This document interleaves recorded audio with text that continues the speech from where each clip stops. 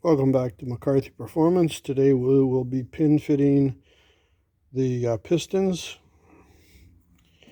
and a little cleanup on them too.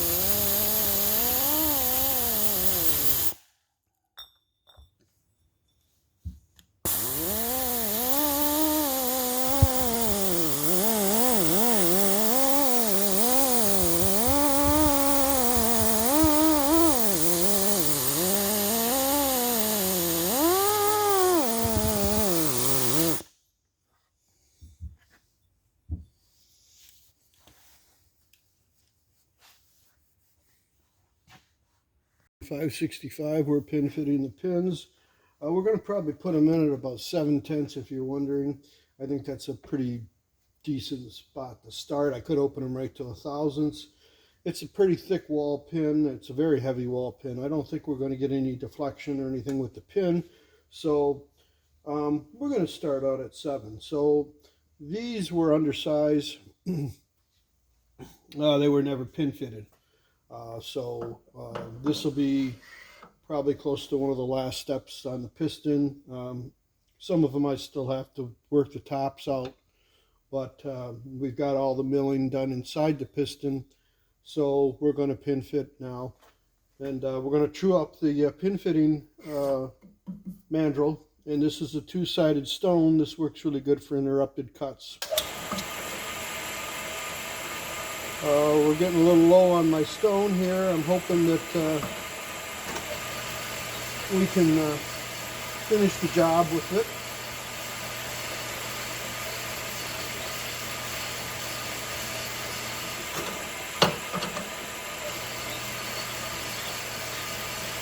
Feels pretty good.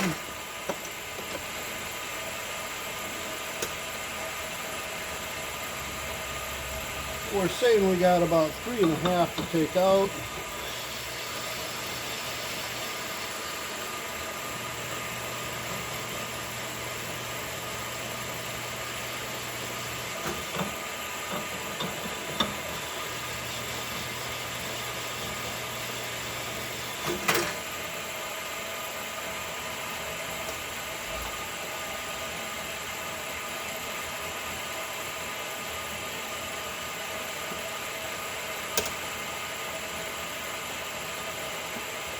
There's a little bit of aluminum. I did clean them. I might have to clean them a little better. We're getting a little bit of aluminum coming up on the stone. See if we can flush some of that off.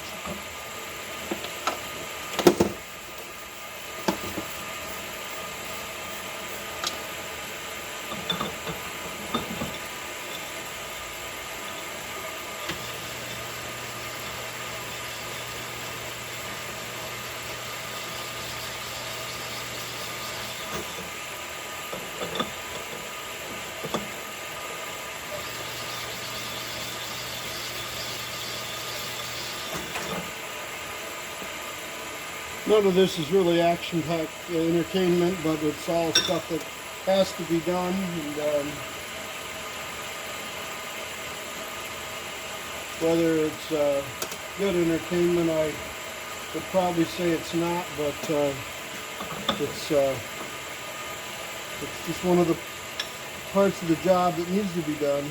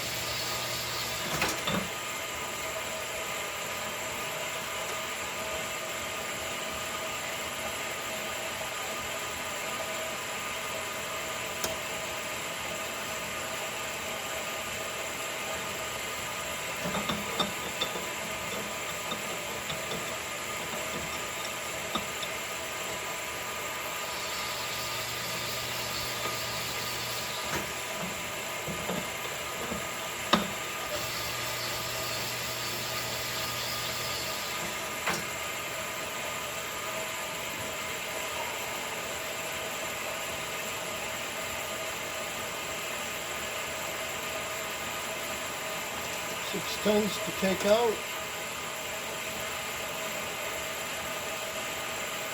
A little more on that side, about 7/10. That should square it.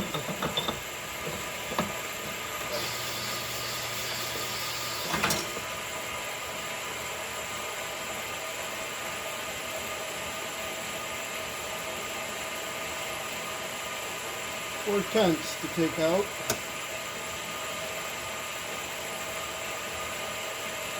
It's pretty even.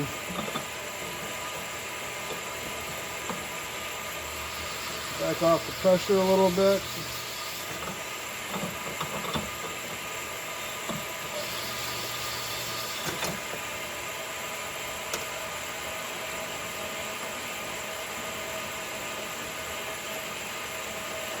Two and a half tenths to take out.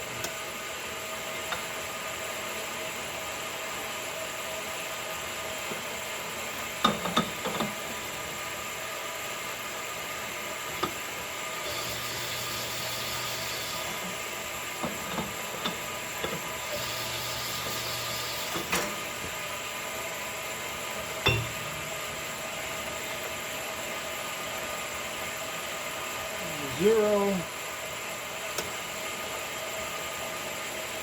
0.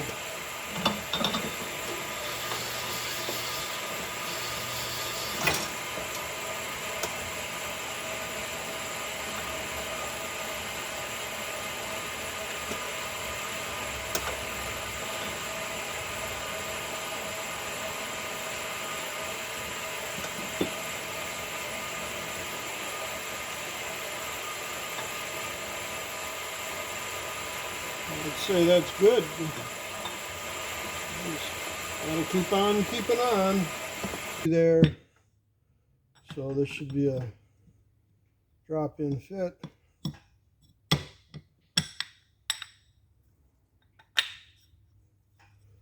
So we know we got clearance now. We can physically check the clearance. I could actually use my pointer if I wanted to. Bend it, check the clearance down in here. And we got plenty of clearance.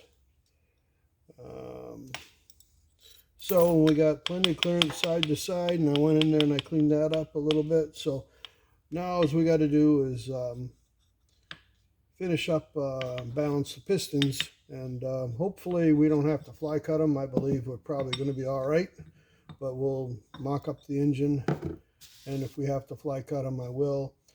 And that's about it.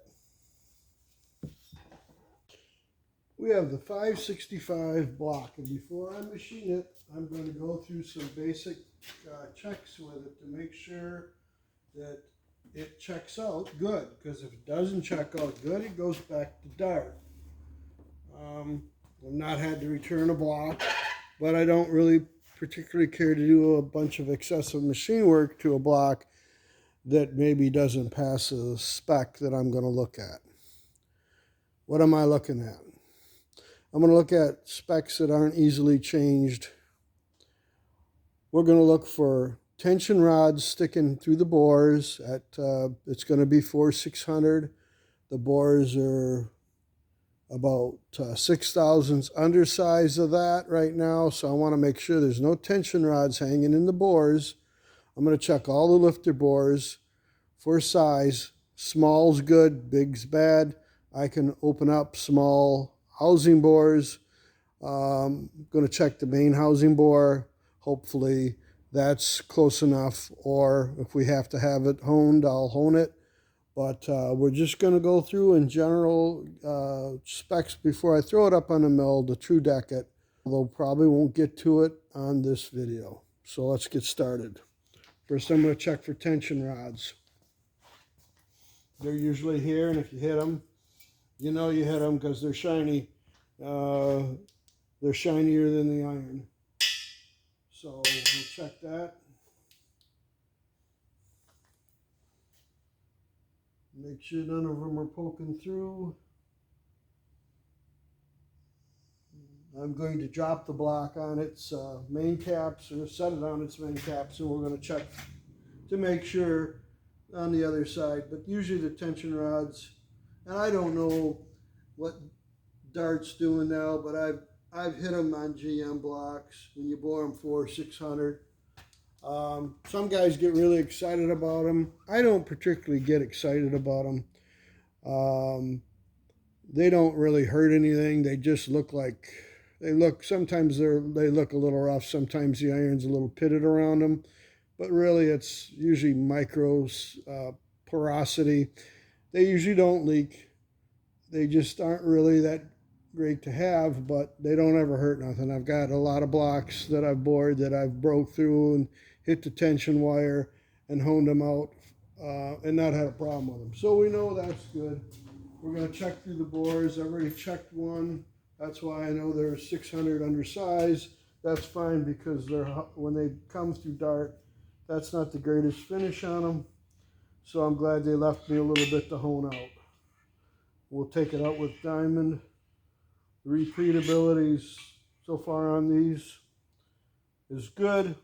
This one's a tenth smaller, 5/10 smaller, 5/10 smaller at the big end, at the top. Sorry. This one's the same.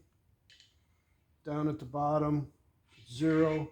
So these have already got 5/10 worth of taper to them. My stuff, when it leaves here, doesn't have that. Of course, we'll put a deck plate on this block, and that's, do these blocks really need it?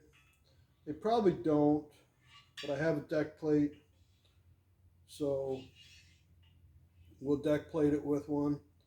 These are showing the same thing. This one is good. This one's got 5/10 worth of taper to the top of the bore. This one's not bad. It's high-speed production. What do you expect? It takes me, they probably do about 20 blocks before I get one done on my machine. My machine does a much better job, but my machine takes longer. So, okay, so now we're going to slide the block back. We're going to get it up. I'm going to check the main board. Ew, good Lord, that thing's heavy. Bite right into my table. Must be a high spot on it somewhere. Yeah, we're going to check, we might as well check the Jessel belt cover, make sure that clears. So we'll hang on a second and I'll get the Jessel belt drive cover and make sure that clears, because a lot of times you got to modify. So we got the Jessel belt drive cover. Hopefully it clears. They did quite a bit of machining on around the galley plugs. It looks like it does clear. So he's got a big old wad of silicone on the back of this cover. It's obviously used. It's not cleaned off, but we'll get that out of the way.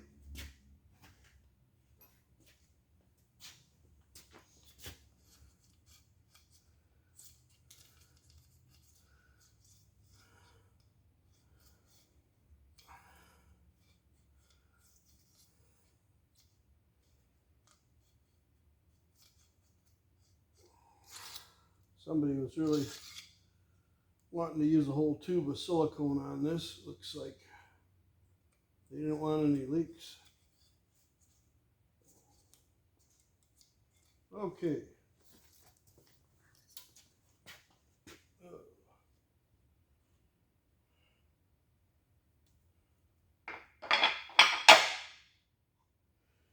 Okay, I can move it all the way forward and it's past my holes in the block, and I can move it all the way back, and I'm about a 1/16 of an inch down from where I need to be, so there's plenty of clearance there, so we're good on that.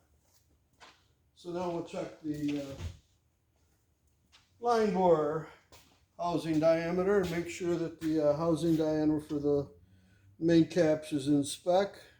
I'm hoping it's on the tight side. Prefer it tight. to the middle. I don't like them on the big end. I've mentioned that in my other videos, my reasoning why. Hopefully we can set her down here.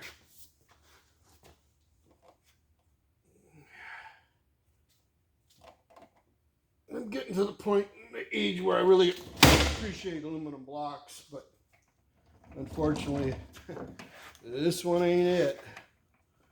So let's get it situated here. Make sure that you can see what's going on here. Okay, move that there. We'll check.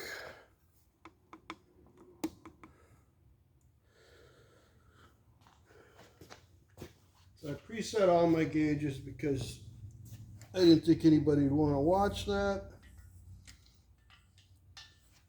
There's a lot of different dial bore gauges you can buy, and I've gone through this before, but it's certainly hard to beat Sonnen. If you're doing this on a routine basis, boy, it pays to have Sonnen stuff. Okay, let's see if you can see that. We're 2 to 3 tenths on the big side of the small end of the spec, which is fine. Yep. Tenths. Now we're 0.5 thousandths on that one. That's not so hot.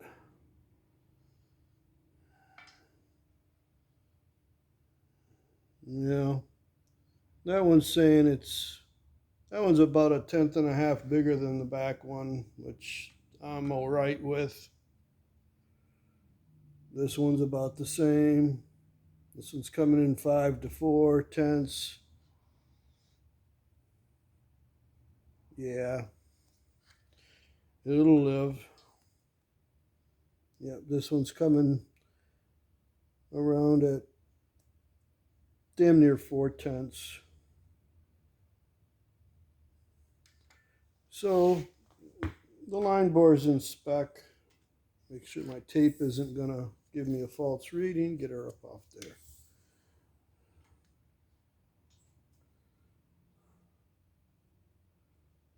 Yeah. Okay, now on the darts and world blocks and a lot of aftermarket, I think even the bow tie CNC block don't hold that to me. But they're all the same. Aftermarket, they bore them all the same. It's 3 and 4 position on the dart. Chevrolets, of course, you got 1 position. You got 2 and 4, and 2 and 5, I think, and 3 and 4. Yeah, 2 and 5, 3 and 4. That sounds about right. So that position is going to be it's going to be 1. It's going to be 21205. We'll see where we're at. They give you a range on it. We're at 0, and I have it set at 219.5. I believe I have it on the small end of the spec right now. Of course, you want to watch out for your oiling hole. We're good there. We're probably on the big end of the spec on number 2 position, which they're all the same, like I said. This one's about the same. 2 tenths bigger. And I mean, they'll go in, they won't fall out. This one's 1/10 bigger. You know, I just won't spend much time deburring them. I usually go in with a ball type brush hone, but I will not be getting too crazy with it. We are on the big end of the spec. Actually, we're on the big end of the spec. This one, they're all reading about the same. 5 tenths, a little bit. So we're at the big end of the spec. We'll check the back position here. Yeah, that one's a little tighter.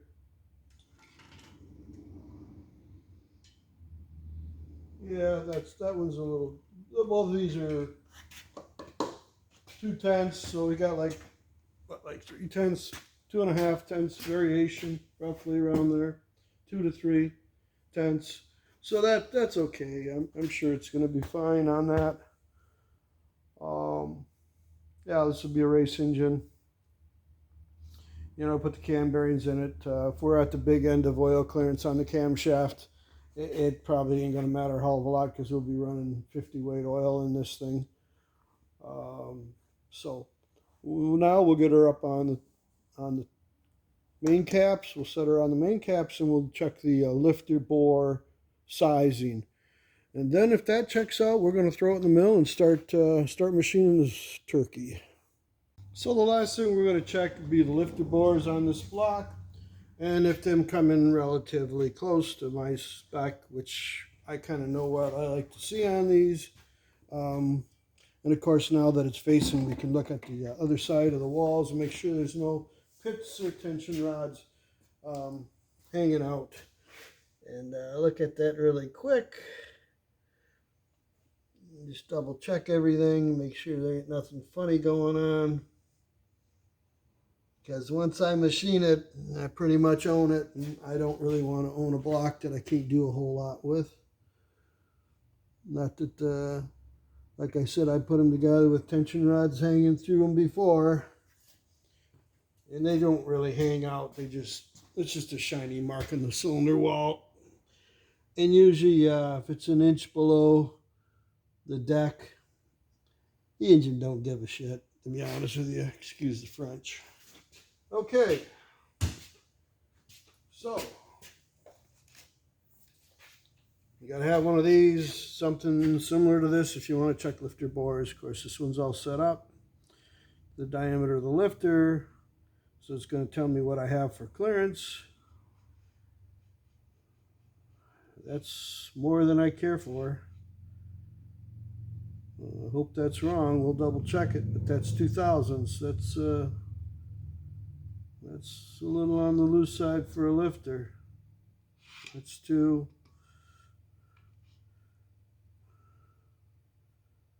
That's a little more. You know, I wish they'd just leave them alone. I can do better. I know that it's a production engine, but you know, they're popping them out. But I really wish on some of this stuff they'd leave it alone.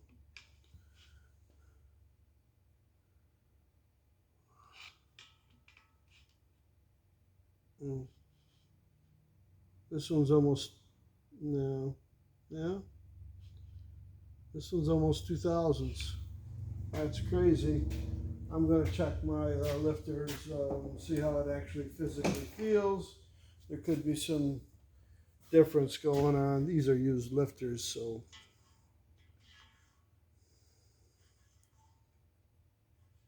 Actually, it's probably around 1.5, I would think. I'm going to recheck my gauge. I'll be back in a minute.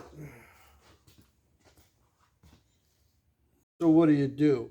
You know, you run it on the tight side and have the lifters bind up, or you let it run, or you shame the guy into buying a new set of lifters. I haven't gone through these. Believe me, if one of these lifters don't feel right, don't look right, well, they don't look right now. They're thousandths undersized from one to the other. So, you know, it's just one of them deals where I like starting with a fresh piece of paper. You know, when somebody drops off an engine, you know, some things I'll let go, but I don't think we're letting go on this one. He's going to have to just buy a new set of lifters. That's all there is to it. So we're going to keep going. I mean, this one here, you can see, it's just wore the shit.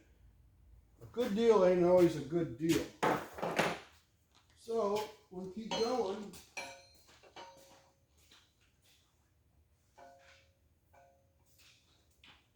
Some lifters are bigger than others. There's no SAE on aftermarket lifters. So Society of Automotive Engineering specification. Yeah, it's 8 It's 8-inch 42 thousandths, roughly around there, but there's no fast rule saying that they can't be plus or minus. Some lifters come in bigger than others.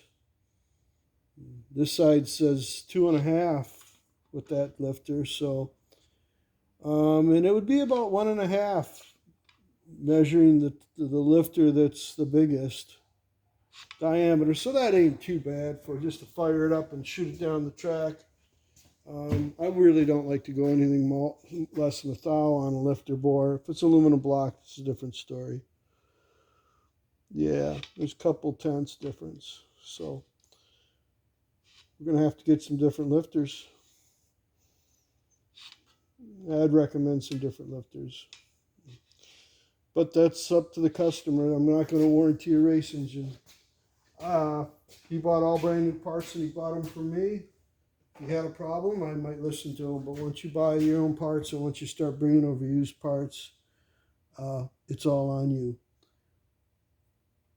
So there's nothing wrong with this block. It's 3 to 4 tenths in some places. I guess that's kind of what you gotta expect. I'd like it to be better, but you can wish in one hand and you know what you can do in the other and see which one fills up the fastest. So I'm going to general prep it, tell the customer, let him decide what he wants to do with the lifters. That's a little bit loose for me. I'm not going to waste my time measuring a bunch of used lifters when I already know that there's a thousandths difference between one lifter versus the other. So I guess we're going to stop right here on this video. We're not going to go any further on this. I will get it into the mill. I have the Valley's ARP dart lugs for the block. Now put the dowel pins in the block and I'll check, make sure that when I drilled the heads everything jives. And there will be a whole day of prep on this block or close. Everything on this block is like a razor. You know, if you're thinking about buying a block and you think you're just going to eliminate machine work or prep work, you are going to be sadly mistaken. Can you put this block together and run it as it comes? Well, I sure wouldn't, and I haven't. I'm sure there's people that have, but they ain't me, and my name's on the side of the building, so it means a lot to me that anything that leaves here within time and reason is the best it can be. And there'll be a lot of prep work being done on this block. So, thank you for watching. Next video will be me either putting the block in the mill and going through the BHJ True Deck system that I do, or prepping the block. Probably won't be 2 videos. I may. I think you've seen it. There's plenty of guys on YouTube doing BHJ True Deck systems. I know a couple of them. I won't mention their names. No problem with them guys at all whatsoever. I just don't want to be name dropping. And I also know the one guy. I talk to him a little bit every once in a while on the internet. So stick around. If you like big blocks, I like big blocks. I've been building big blocks for 40 years. I'll keep building big blocks until they throw dirt on me. And if I find a way to build them after I'm dead, I'll do that too. So thanks for watching.